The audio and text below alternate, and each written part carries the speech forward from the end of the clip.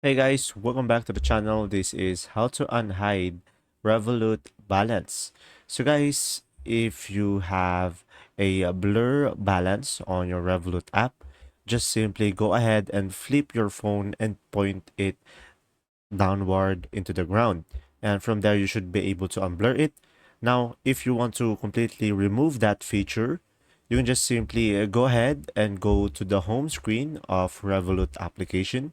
And after that, just simply tap on your profile icon on the top left corner of the screen. And from there, just simply go ahead and tap on account. And once you are on account, just simply go ahead and tap on privacy. And after that, guys, you should be able to see there hide balances with a flip gesture. So make sure to toggle it as off and make sure to turn it off. And from there, you should be able to unhide your balance. That's simply about it. I hope this video helped you understand more about Revolut. And if you have any question, just simply comment down below. And thanks for watching.